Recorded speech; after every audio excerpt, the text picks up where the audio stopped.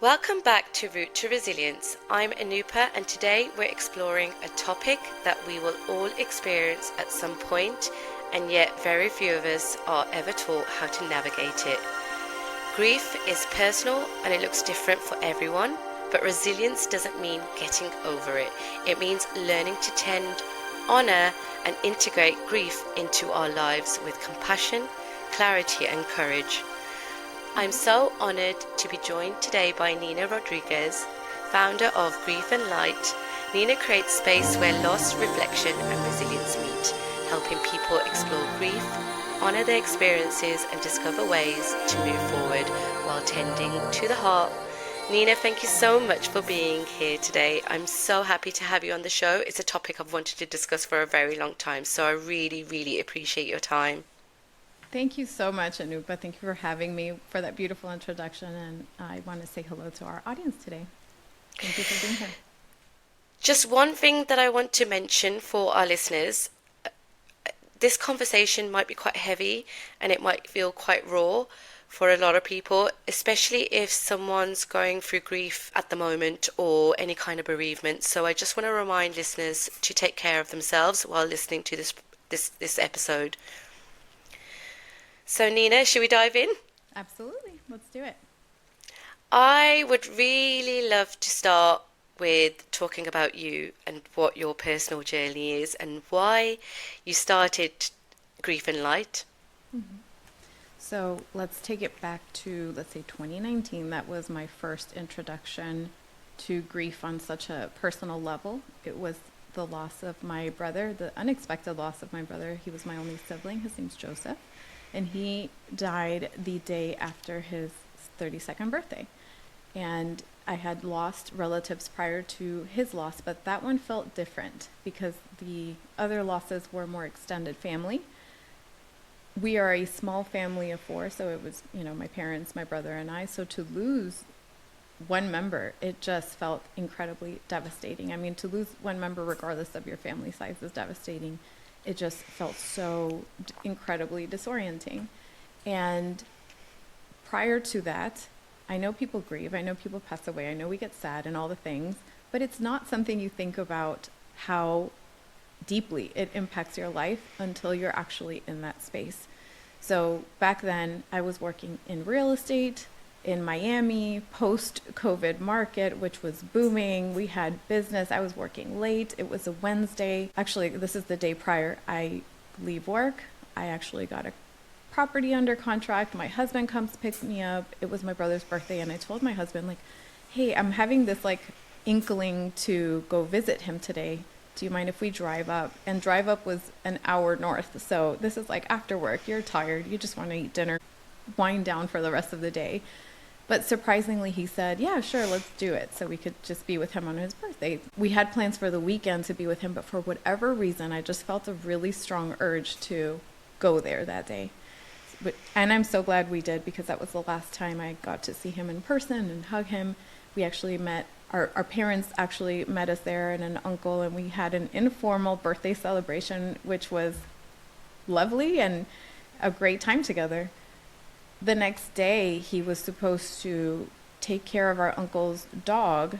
He was a 17-year-old Dachshund, so this very old little dog with all the teeth falling out. He's just very old. And my uncle was going out of town for a conference. He asked my brother to take care of the dog, and my brother's on his way there. He FaceTimes me on his way to pick up the dog. It's around 6 in the evening here, and I remember the golden glow on his face, right? And when I saw the golden glow on his face, the thought occurred to me that he looks angelic. And that's not a phrase or an expression or a description I used. I just remember thinking, oh, he looks so angelic. And that was it. I remember my dad called me. He said the words that I won't say because it's still very hard to say them, of what happened. And my world as I knew it, our world as I knew it, completely came crumbling down in that second. I made the hour drive north again. I remember there was this huge full moon, and I was so angry at the moon because my mind was trying to grasp at what the heck was happening. And as I did that, as I stared at this moon, I said, it's your fault. It's your fault. You did this. Like, trying to make sense of all of this. And I remember thinking, what is happening? What is happening? What is happening? In that drive, something in me disconnected. And I think that's where my curiosity, looking back on it in the moment, of course, you're not thinking of any of this, but looking back on the experience, that is the moment that I said, oh, I'm dealing with something, a new life experience, not just the loss, but what is this thing that I'm feeling? It is the most powerful feeling I've ever felt in my life. It feels incredibly disorienting. I don't know what's happening. I don't know, I just don't know left from right now. So to fast forward a bit in terms of, this is end of 2019, before we knew about the pandemic and all the things, right? During that time, I remember thinking it felt like fear. It felt like, who is going to die next? Are we going to be able to survive this? Can you die from grief? What are these feelings I'm having? It's like emotions you've never even felt before or even knew were possible, complex, layered, all the things. So one day I'm walking in the hallway at my grandmother's house, and I remember feeling like I was having what I imagine a heart attack would feel like, right? To the point that I put my hand on the wall to sustain myself, and I said, oh my gosh, can you die from grief? And I searched, and I found the Takotsubo cardiomyopathy, which is broken heart syndrome. And I found this Harvard study on broken heart syndrome and how essentially a Takotsubo is an octopus Japanese trap. And when somebody's in deep grief and deep sorrow and experiences some shocking trauma, the heart, in response, the system is overflowing with cortisol and stress and all the things, and the heart starts pumping in a way that I don't remember if it's the left or right ventricle, I'm not a doctor, but it reshapes and it contracts in a way that it resembles an octopus trap. And this can cause some kind of, heart issues, if you will. I'm, again, not a doctor, so this is not medical advice. This is just me doing research at the time. And to my understanding, it's something that you can recover from, and, your body stabilizes afterwards. Could take a few weeks, but in very severe cases, especially if somebody has a comorbidity, it could result in a fatal incident, right? So I said, oh my gosh, adding insult to injury, this grief thing, which already, life has been destroyed as I know it. This grief thing kind of adds another layer of something that we need to navigate, and that is incredibly disorienting. And how do you do this? It had been a few weeks. I called my friend, one of my best girlfriends. Her mother had unfortunately passed away 10 months prior. And I call her for guidance, and I ask her, how long does this last? Because I need it to go away. Like, when will this go away? And she says, oh, honey, I am at the grocery store right now in the baking aisle. I have a baking sheet in my hand. It's around the holidays. And she says, I'm going to bake cookies with my kids. And I am just bawling in the aisle by myself because I miss my mom. This is 10 months grief. It's a lot longer than you think. And I remember her words really sent a chill down my spine and made me pause. And I thought to myself, I can't take 10 months of this. Are you crazy? Like, I'm sorry for your loss, but that's not going to be me. I'm going to make sure that that's not going to be me, right? Looking back on that version of myself, I just want to give her a hug, because Lord knows grief lasts a lifetime, depending on how significantly one experiences the loss. It can last a lifetime, right? And eventually I'll talk about what is grief. But this type of loss, the person's gone forever. It's your person. So it's understandable that this is going to last as long as they're going to be gone, which is forever. So I'll take a pause there just to give you and our listeners an idea of where things were when they shifted and what happens then. I'm getting chills. As you're talking, I'm getting chills. Just to give the listeners a little bit of context, Nina and I have had a conversation before this podcast, and we realised that we both have something in common, which is losing a brother. Nina's lost a brother, and I lost a sister, and they both passed away at 32. And while you were speaking, Nina, there was so many. I actually made notes because there were so many things that were coming to my mind about my own grief and where I want to explore more of what you've just been talking about. Um, the research that you did, well done for doing that because I think it's easy to avoid the feelings, but you dove right in and you wanted to know what was going on.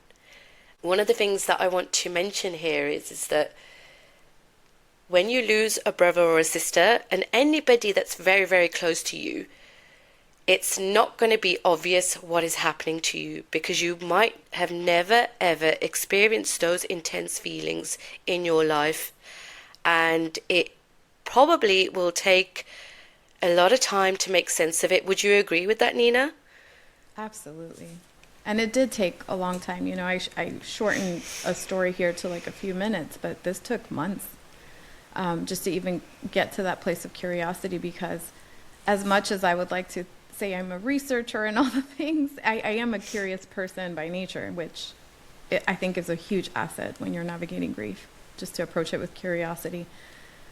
And the first few weeks, you're just trying to survive. Like, you're just like, did I eat today? Did I drink water today? Did I shower today? You know, like you don't know what is happening. And on top of that, I was really concerned about my parents. I was worried that like they wouldn't be able to survive this. So I was like, are they going to be okay? Is my family going to be okay? What is happening? So it's a really disorienting time, especially those early weeks and months. Well, there's no book to say that this is what grief feels like, and you don't know what life is like without that person. So, from what I experienced is that I had to learn and relearn a lot of things. I describe my life as before Nim and after Nim. So that's my sister's name for all the listeners. And Nina's nodding here. So you know exactly what I'm talking about here. You actually become a new person because then you have to create a new self to navigate what you're dealing with. And the research that you did, I want to go back to that because I remember feeling a lot of anxiety when my sister passed away. Extreme amounts of anxiety to the point where I had panic attacks going to the shop to buy milk. So I just want to put that back to you, Nina.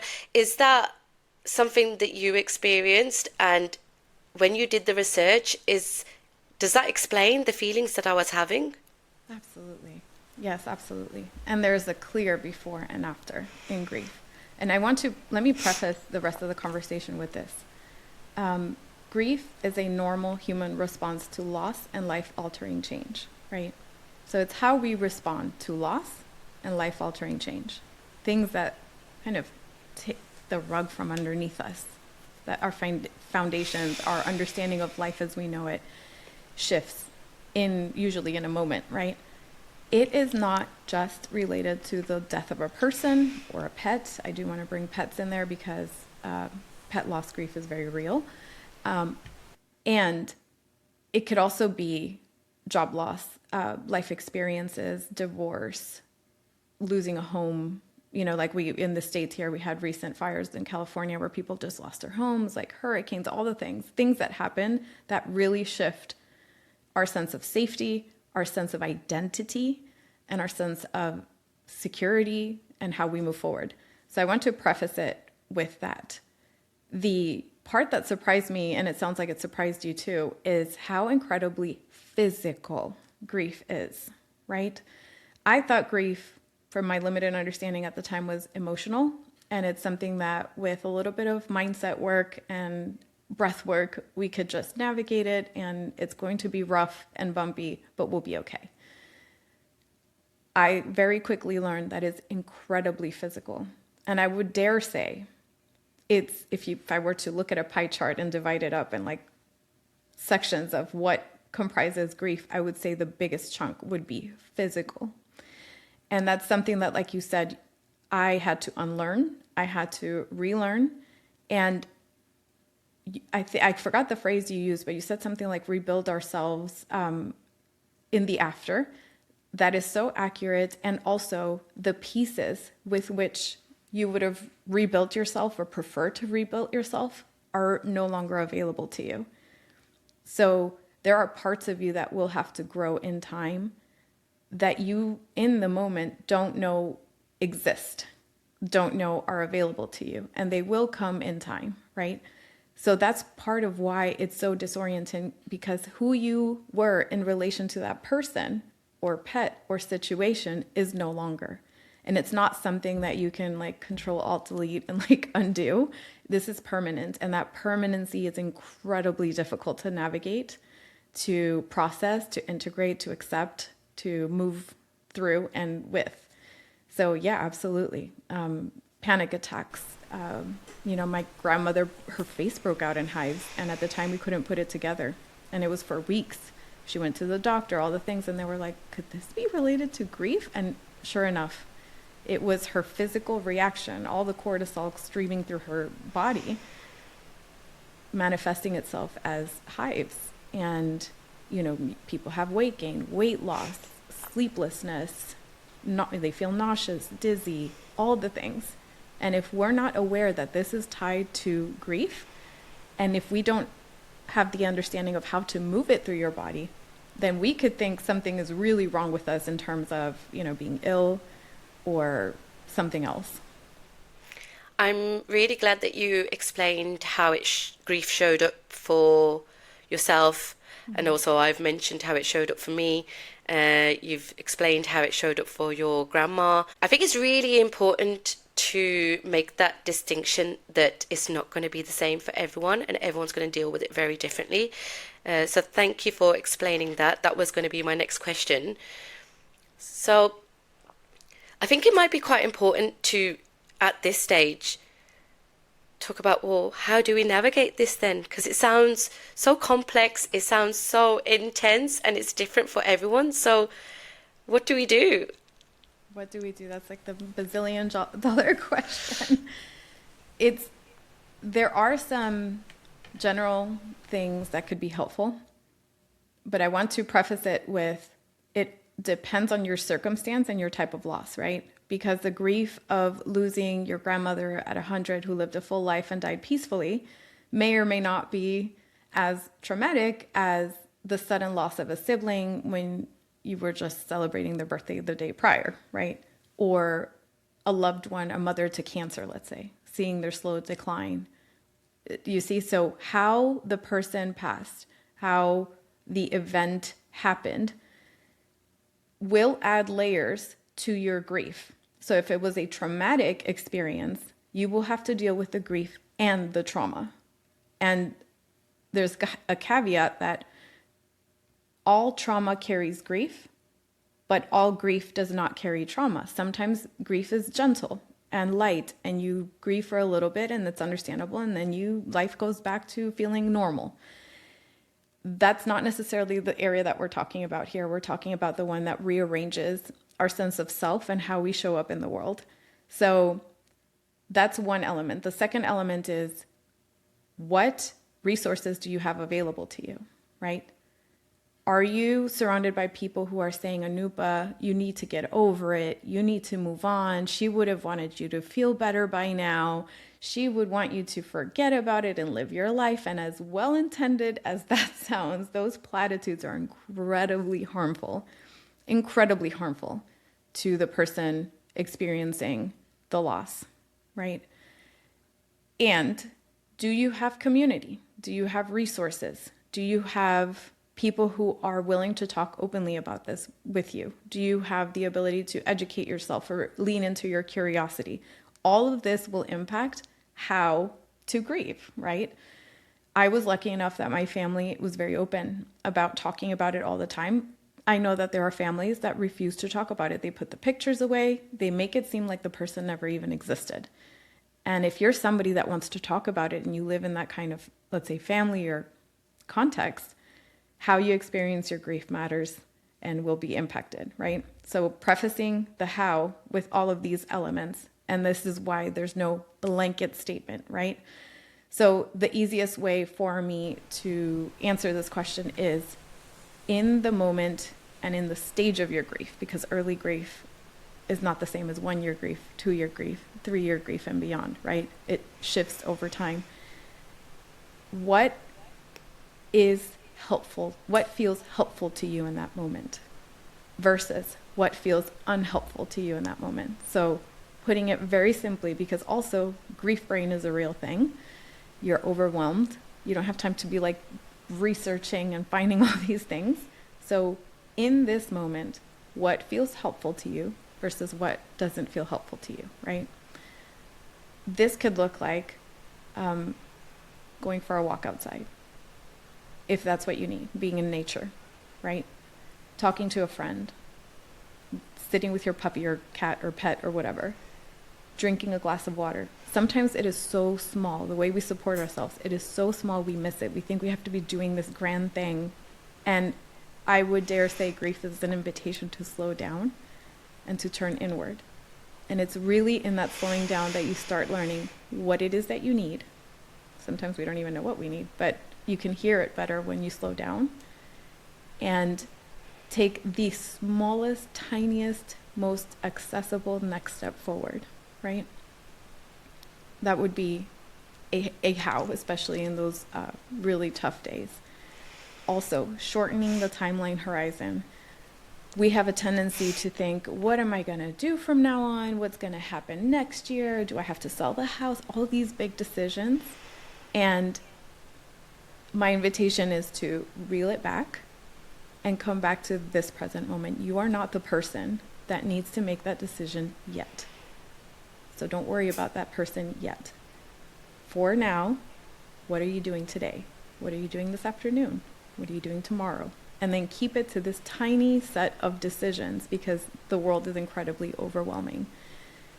The other thing would be to not should on yourself. And this is something that I learned myself. And also, I don't know if you're familiar with Lisa Kefauver of, she has a podcast and a book, but she has a whole thing on not shoulding on yourself.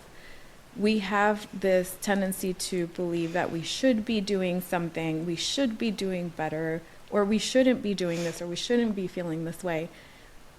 Remove all of those and get very honest about what is without judgment. So I am feeling awful. And this is lasting way longer than I expected. And maybe there is a lot about this grief and loss and navigating life after that I don't understand. And that's okay, right? I call this the of course effect. So of course you're feeling that way. You just lost one of the most important people in your life. Of course you are having panic attacks going to the grocery store. This is incredibly disorienting to your nervous system and your mind that are working overtime, not only to make sense of this loss, but to support your body and to process a new way forward. Of course it feels dysregulating. And do we feel the difference when you say that, when you hear that? Instead of thinking, oh my gosh, now I have to be on anti-anxiety medications, which whatever, if people need that, that's fine. I'm not saying it's not. But it's more about giving ourselves that grace to experience life as it is without having the added pressure of, now I need to fix this other thing. Now I should be doing this, and having that inner guilt. So that inner experience of guilt and shame and stress and worry. There are two sides to grief, or to the grief experience, if I could separate those for people. This would be one key takeaway that would be incredibly helpful. It was to me. I learned this from Megan Devine. She's the author of It's Okay That You're Not Okay. And I took her course in grief care, because one thing I learned as I navigated this is that my experience of grief is not everybody's experience of grief. So I had to educate myself on the language. That's really important, having the language of grief, and how other people may experience grief. And she broke it down in the following. There's the pain and there's the suffering. The pain is the set element, the static element. So your person died. There's nothing you can do about that. Like, you went through this divorce, you lost your home. There is no undoing this. There will be pain related to that. That pain is normal, expected, so we tend to it. We tend the pain. The suffering is the dynamic elements, the adjustable elements, and the elements that are under our control. So if you have, let's say, you lost your person, and then you're like, I shouldn't be feeling this way. It's been 2 years. Why am I still sad? Da, da, da. All of this mental chatter, the what ifs, the regrets, the anxiety, all of these things. If we could show ourselves enough grace to lower the volume on those, and if not, get rid of them altogether, that would be amazing. So we can focus on tending the pain. That would take off immense weight off our shoulders in the way in which we navigate life after loss, or life during loss, because anticipatory grief is a real thing. For example, caregiver grief. Your person hasn't passed yet, but you're already experiencing the loss. Loving somebody with addiction or suicidality or mental health issues, seeing a loved one's health decline. So all of this.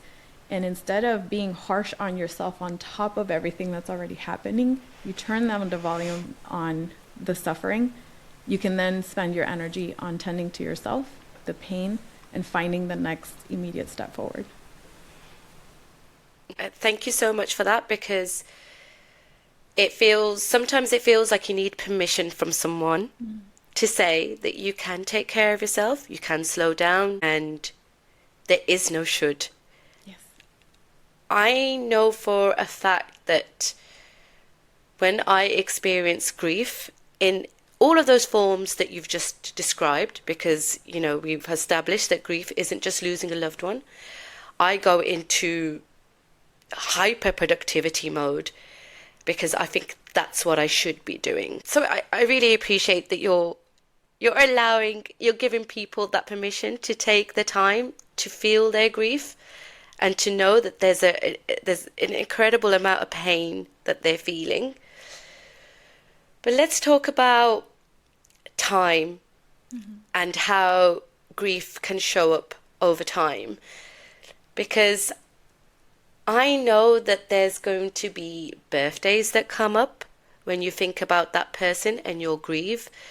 There'll be times when there'll be a happy occasion in your life. So, for example, I got married in August last year, and I felt an intense amount of grief because my sister wasn't there.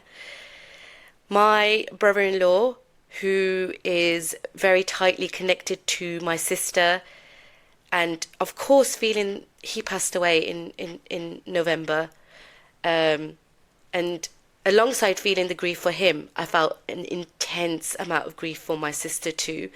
So let's talk about time and how grief will show up time and time again, and how we should prepare for that. Absolutely. First of all, I'm deeply sorry for your losses. The Thank way you. that one loss can unearth grief that has been either forgotten or, beneath the surface. So, for example, the loss of your brother-in-law probably unearthed a lot of grief related to your sister, like you mentioned, and also because life happens, it's this and that at the same time. Congratulations on your wedding. So it's Thank you. all of it at once. I say grief is not this or that; it's this and that. If I could sum up the grief experience, it's about living in the and, where both things are true at once. And you mentioned joy and grief.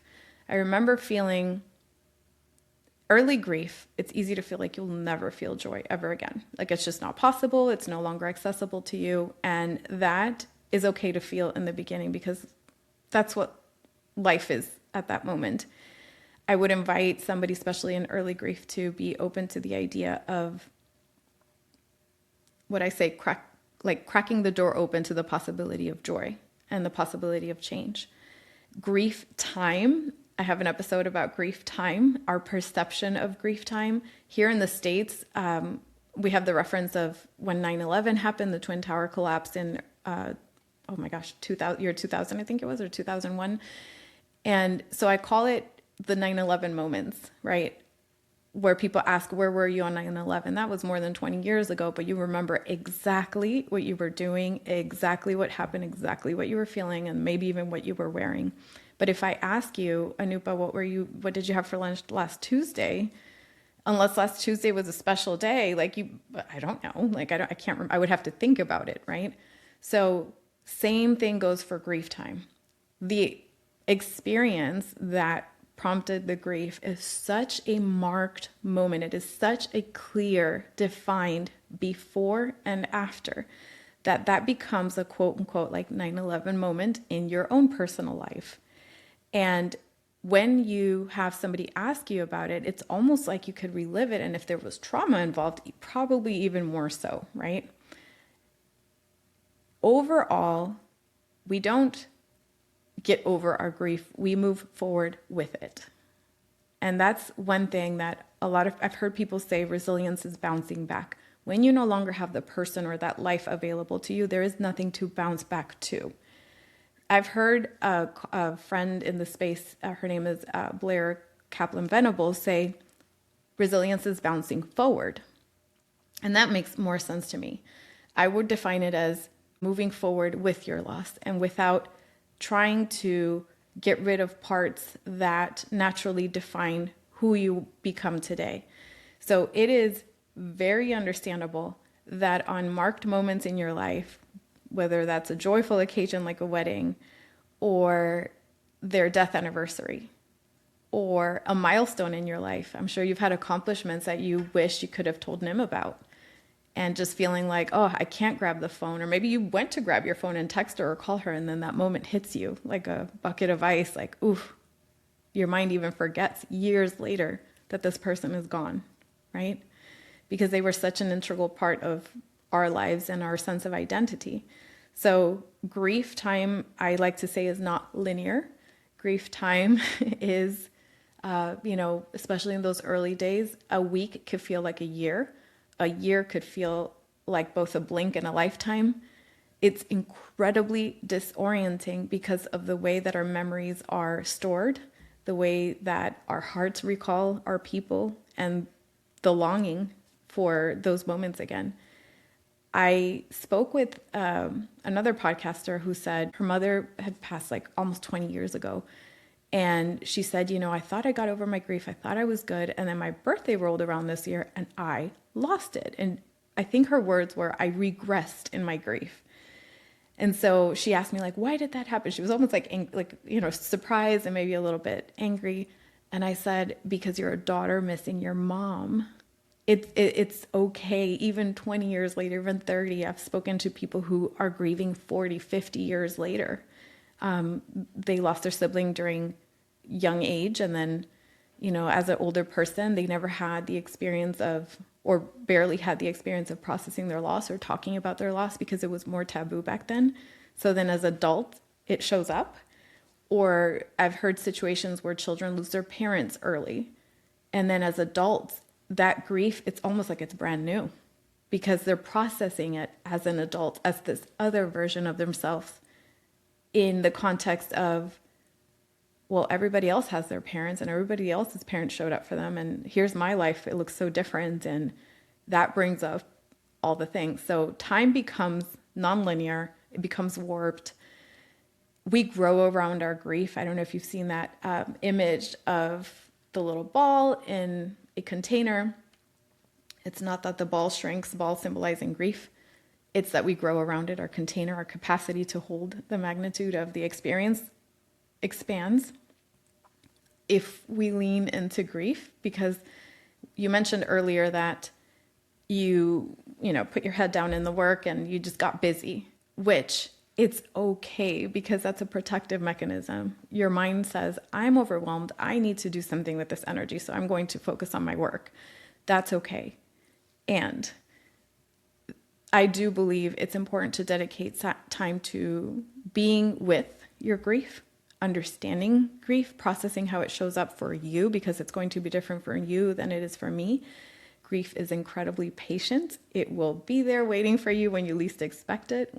It's usually in the moments that you get quiet, in the alone times, shower, right before bed. Those quiet moments that something gets triggered and something comes up to the surface, something undealt with, something that wants to be witnessed.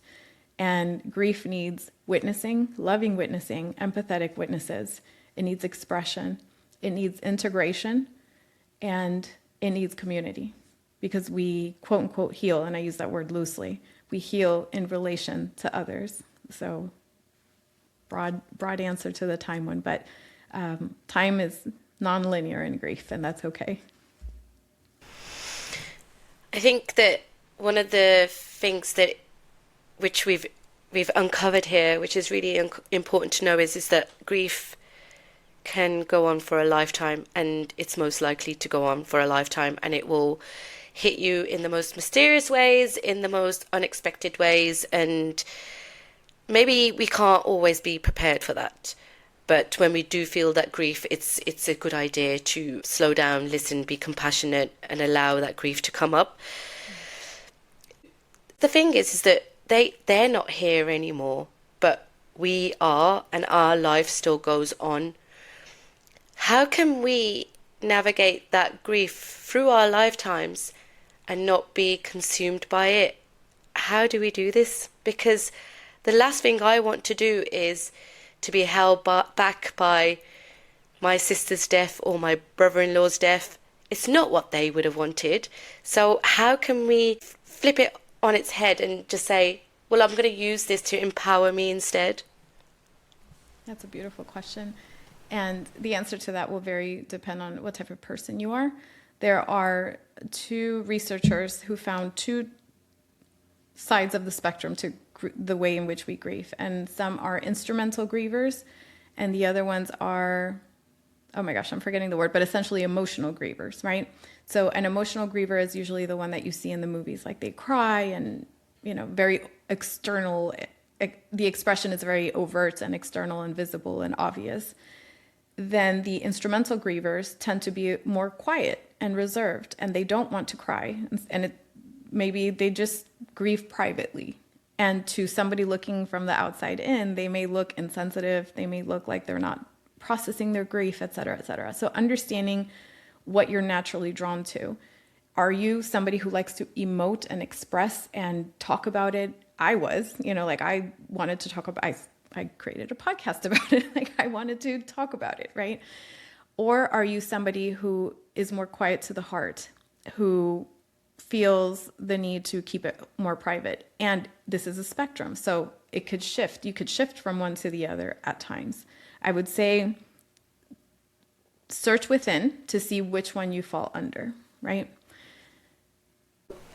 The first part is what I just named about knowing which style of griever you are, because that will define the path forward for you, right? I'm a firm believer that grief needs expression. That expression can be loud and external and outward, like creating a podcast about grief. It could also be very quiet to the heart. So whatever you do, do not keep it in.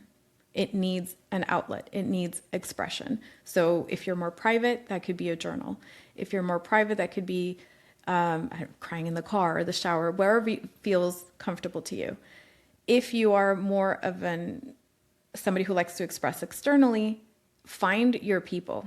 And this is something that I wish more people talked about in grief.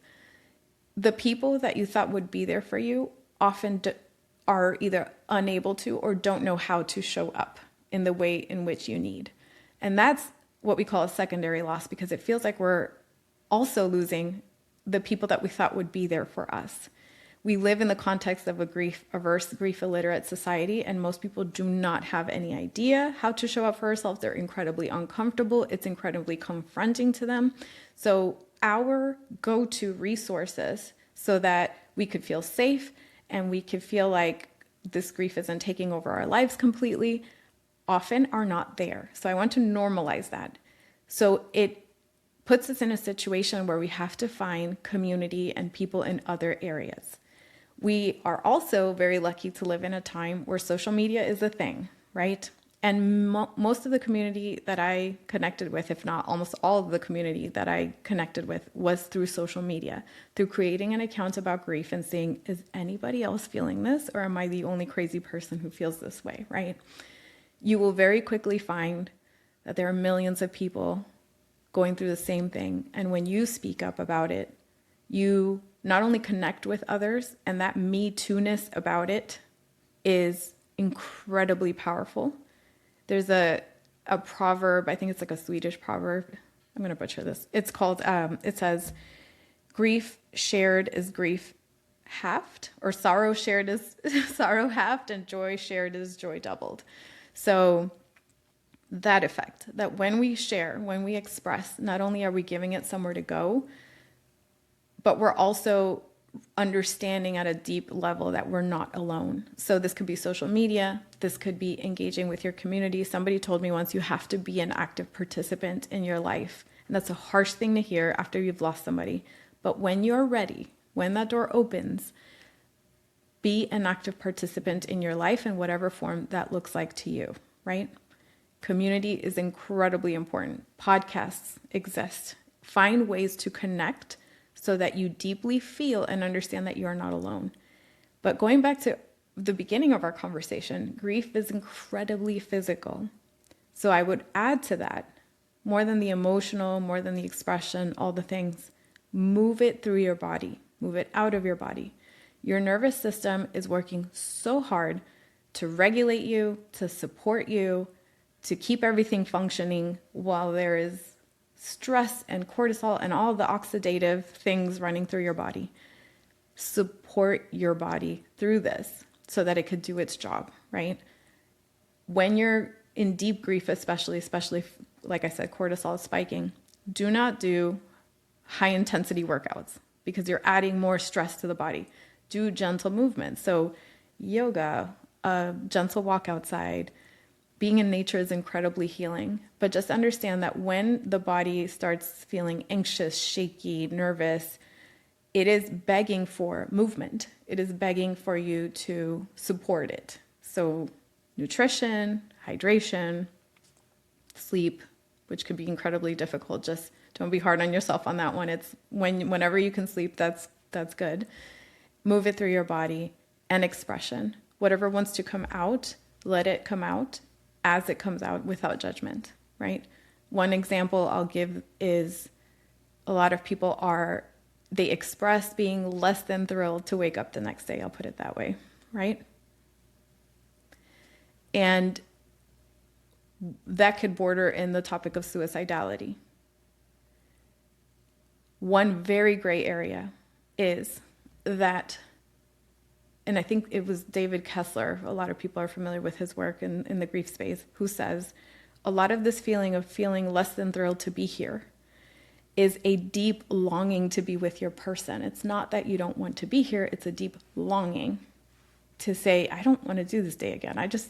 Can we just go back, or can I just see my person? That feeling is very common.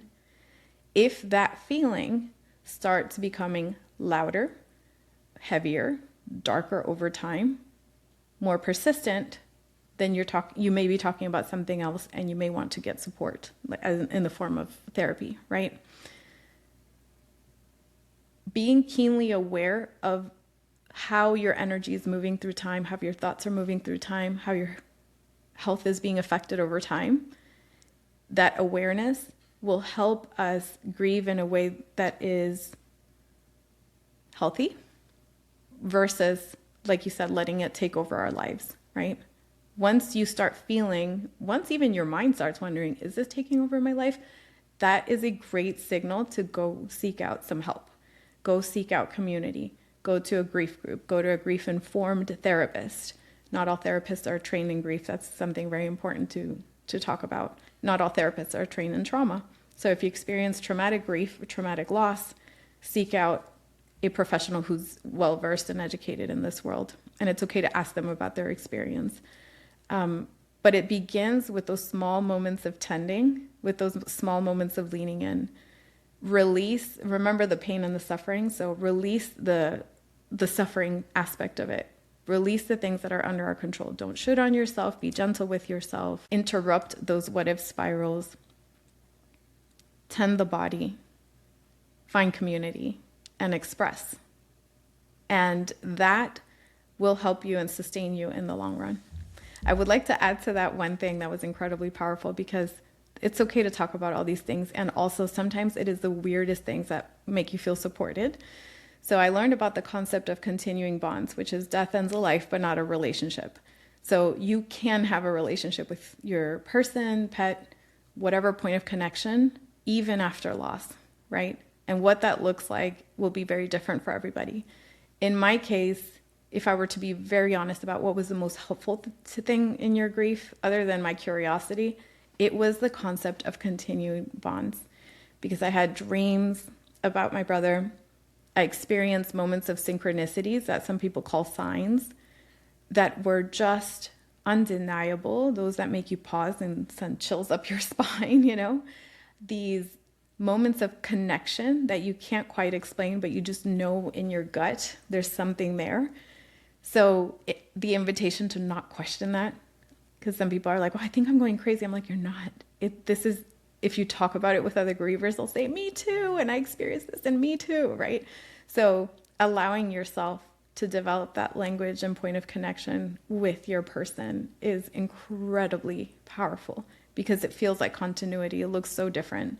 And yes, you grieve forever in these types of cases, right? But I don't want that to scare somebody to think that you're going to feel the intensity of those early days. That goes away, and you will remember them with more joy than sadness. The sadness, from my current perspective, and I don't know if in time I'll change my opinion on this, but with my current perspective, it's joy, grief. It's joy and grief coexisting. And I came up with this word, felicitresa. In Spanish, felicidad is joy, and tristeza is sadness. And I said, oh my gosh, it's a compound word. I feel joy, grief at all times. Like in my happiest moments, there's always an undercurrent of sadness, because man, there's somebody missing from here, and it's sad, and life looks not like what I ever thought it would. In the moments of sadness, there's an undercurrent of joy and gratitude for this person and the memories that we had and the way in which I get to carry them forward with me. So it's that redefinition, that reframe is the word I was looking for, is that reframe of it's okay to feel joy, grief from now on. And over time, joy gets, when you lean in, the goal of quote unquote healing and grief is to experience and remember them with more joy than grief, than sorrow. And if you're doing that, that's perfectly okay. There is so much awesome advice and wisdom. I'm having to make notes on the things that I want to unpack further with you. This is just amazing, Nina. Thank you so much. And Thank you. One of the things that I want to emphasize from what you just said is that grief can feel extremely lonely, but you are not. There are a lot of people out there that are going through the same thing that you should reach out to. And I just want to remind the listeners, Nina's door is open, so I will put Nina's information in the show notes. If anyone wants to reach out to Nina and get support on their own grief, then please do. Because as you can see and you can hear, Nina is incredible. And I just thank you so much for everything that the value that you've added is just incredible. Can feel lonely, and you can feel alienated because you feel like you're the only one that's going through this, but there's so much help out there. So please do reach out. If it becomes too much to cope with, or even if you are coping, just reach out, have a conversation. There's no harm in doing that. The second thing I wanted to talk to you about from what you just said is that you talked about it's not the end of a relationship, it's a continuing relationship. And one thing that I want to point out is just because, and we're going into a bit of spirituality here, just because the person's not here in physical form, it doesn't mean that person isn't here. And I think this is what you were trying to touch on, that there's an energy that you might feel from time to time, and there will be signs, as you mentioned. And I just wanted to ask you, Nina, do you ever feel like your brother is a bit of an angel and a guide? Do you ever feel that? Thank you for that question, because it's one of my favorite aspects of this. That is, I only open the door when somebody's ready to, because we don't all share the same belief systems. And a caveat to continuing bonds is some people find that harmful. So if the person you lost is somebody that used to hurt you while they were here, or was abusive or something, would you really want to practice continued bonds, And the answer is it depends. I've worked with people that have we're humans and we're complicated beings. And just because somebody hurt us doesn't mean that we don't love them. And that could be something that you work through continued bonds. Continued bonds does not necessarily imply spirituality. It just implies that we have the capacity to continue the relationship in the way that is helpful to us. And one example in a non-religious or non-spiritual way, and I'll get to the spiritual in a second, is that let's say you lost your parent and there was a lot unsaid and you needed a forgiveness from them, or you needed to hear something from them. One way to practice continued bonds is to, whatever it is that you needed, whatever question you had, like whatever unfinished business you feel, write it in a journal, set a timer for 20 minutes, 10 minutes, 20 minutes, and respond to that question in the way in which you think they would have responded. And just write. And don't stop until the timer goes off, right? Because that way we get out of our own mind and we just allow it to flow. So that's one way of practicing continued bonds, because it's not that you're going to get the solid, they're not going to come back and say, Anupa, this is what my answer would have been like, but it's practicing what could have been and what could have healed. So that's one way to look at it. I love the spiritual side of it. I'm biased towards that, because there have been some experiences that, and they continue to be, that are undeniably a point of connection. Something as simple as, for the last 5 years, whenever I go to a hotel, the person checking me in, their name is Joseph.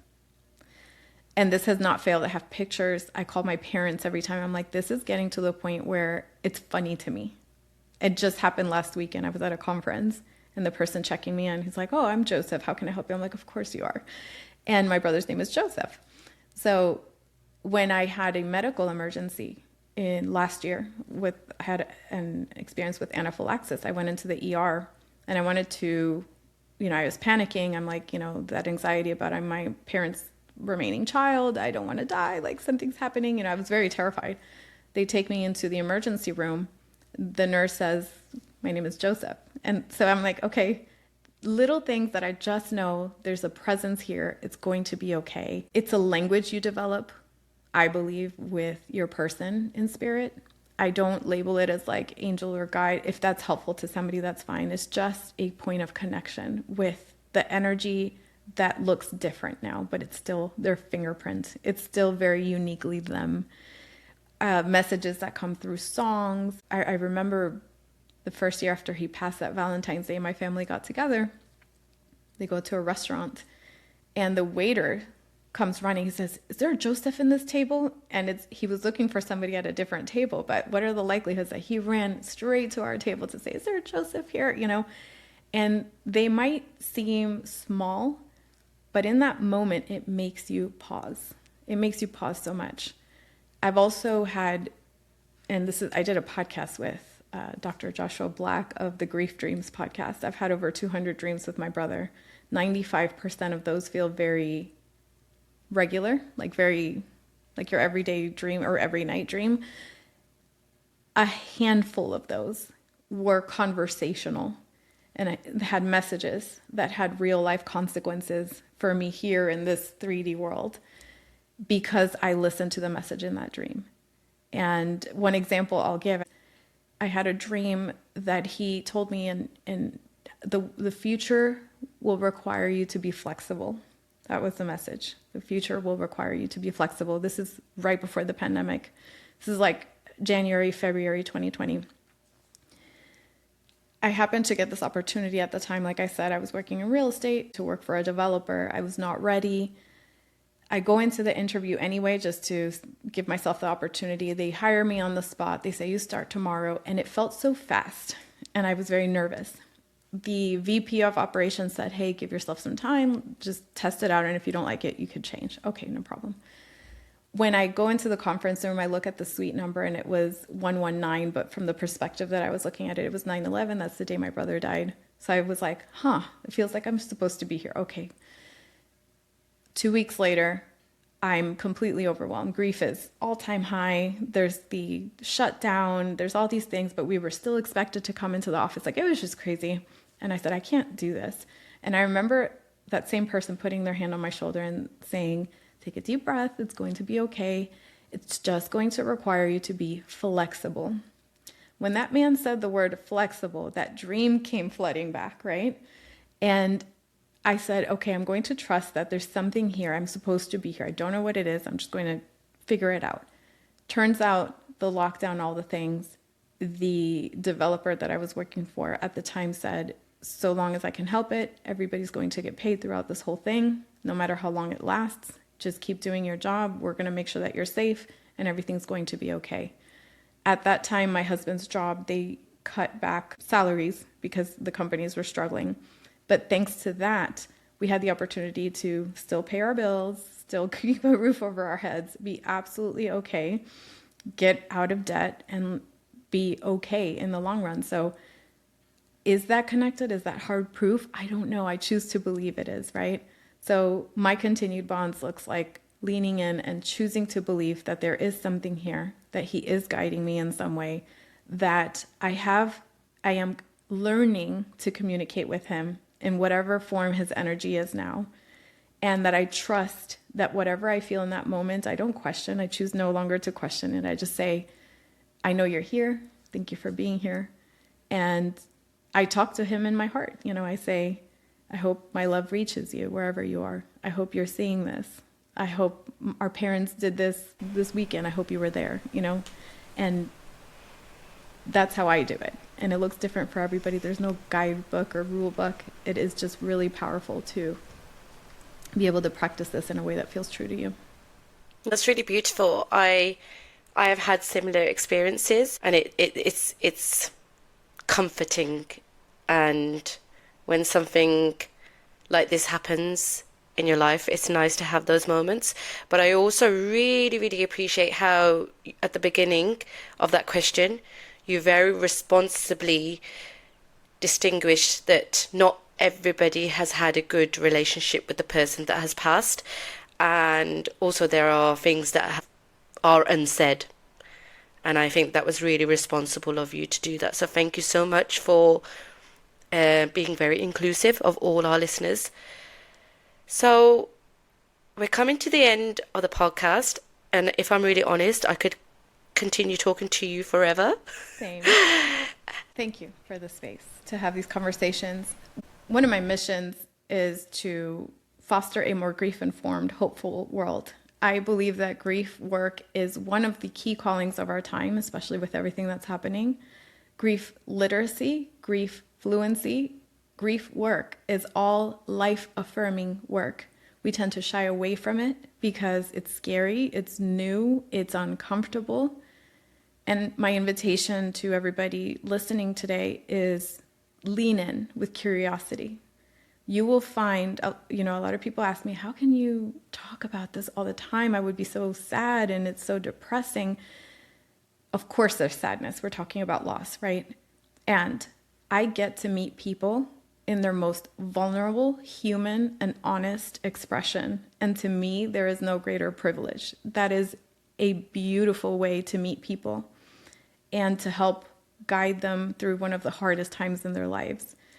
You don't do this alone. We don't do this alone, right? And I would invite people to lean into that. When you do, you will find more joy, more life, a deeper sense of joy, I would argue, because things become so much more meaningful. Life becomes more meaningful, or can become more meaningful, connections and everything. It could go either way. There's people that the grief turns them the other way and it makes them hardened, calloused, and shut away from the world. So the invitation is to do the opposite of that. That's why the podcast is Grief and Light, because it's living in the and of life where you are constantly evolving, becoming, and grief can be an incredibly powerful source and energy and force and life experience that can help you become exactly what you came here for. So lean into that and believe the signs whenever you get them.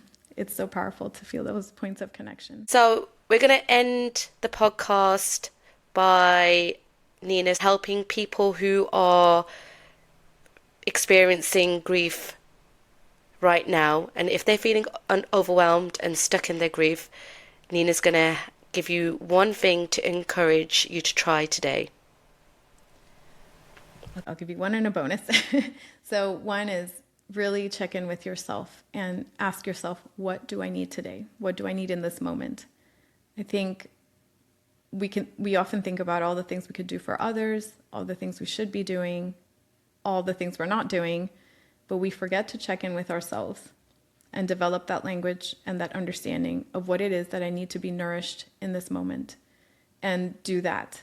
Another way to phrase that is, what would feel expansive to you in this moment? What would light you up in this moment? And lean into that, because it is those moments of joy that give our nervous system the joy and mindfulness. I'm using this as a broad term, that give our nervous system that sense of safety that we so desperately need when life has been turned upside down, essentially.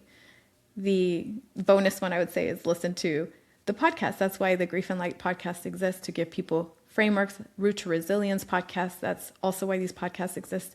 These conversations help us reframe, feel less alone, and help us understand what is happening through the experience of somebody else. And that is incredibly powerful. I'm saying this as a podcaster, but also as somebody who leaned into podcasts myself. They're an incredible resource for somebody grieving.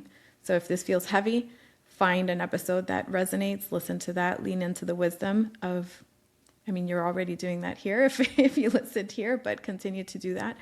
And develop a practice of checking in with yourself of, what do I need in this moment? What do I need today? What do I need in this moment to feel supported? Brilliant. Thank you so much. It's such a great way to end the podcast. And as I said earlier, I will share all of Nina's information in the show notes. So please do take a look, have a listen to Grief and Light podcast, and reach out if you're needing some support, because as you can tell, Nina is the perfect person to reach out to if you're dealing with something so heavy like grief. So thank you so much, Nina. Thank you for your honesty and compassion today.